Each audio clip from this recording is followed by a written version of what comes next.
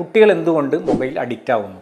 ഏത് കാര്യത്തിനും ഒരു കാരണമുണ്ടാവും. സ്വാഭാവികമായും ഇതിൻ്റെ കാരണങ്ങൾ അന്വേഷിക്കുമ്പോൾ ഈ മൊബൈൽ അഡിക്ഷനിലേക്ക് പോകുന്ന കുട്ടികളിൽ ബഹുഭൂരിപക്ഷവും വളരെ ആക്റ്റീവായ കുട്ടികളാണെന്ന് കാണാൻ സാധിക്കും.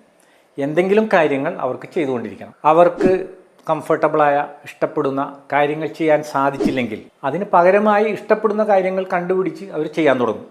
അപ്പോൾ കുട്ടികളെ സംബന്ധിച്ചിടത്തോളം അവർക്ക് കംഫർട്ടബിളായ പ്രയോജനകരമായ ഭാവിയിൽ അവർക്ക് ഉപകാരപ്പെടുന്ന കാര്യങ്ങൾ കണ്ടെത്തി അതിലേക്ക് കൊണ്ടുപോകാൻ പാരൻസിന് സാധിക്കുന്നില്ലെങ്കിൽ സ്വാഭാവികമായും ഒഴിവ് കിട്ടുന്ന സമയം അവർ സ്ക്രീനിലേക്ക് പോകും. അത് ടി വി ആകാം, അല്ലെങ്കിൽ മൊബൈലാകാം. ഇന്നത്തെ അവസ്ഥയിൽ മൊബൈൽ ധാരാളമാണ്.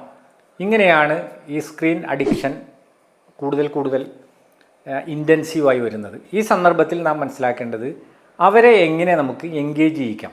അവർക്ക് അവരുടെ കഴിവുകൾ മനസ്സിലാക്കിക്കൊണ്ട്, അവരുടെ സ്ട്രെങ്ത് മനസ്സിലാക്കിക്കൊണ്ട്, അവർക്ക് കൂടുതൽ താല്പര്യമുണ്ടാകാൻ സാധ്യതയുള്ള മേഖലകൾ മനസ്സിലാക്കിക്കൊണ്ട് അവരെ എങ്ങനെ എൻഗേജ് ചെയ്യിക്കാം, അതിനുള്ളൊരു മാർഗം കണ്ടെത്താൻ സാധിച്ചാൽ തീർച്ചയായും സ്ക്രീൻ അഡിക്ഷനിൽ നിന്ന് അവരെ ഒരു പരിധിവരെ രക്ഷപ്പെടുത്താൻ സാധിക്കും.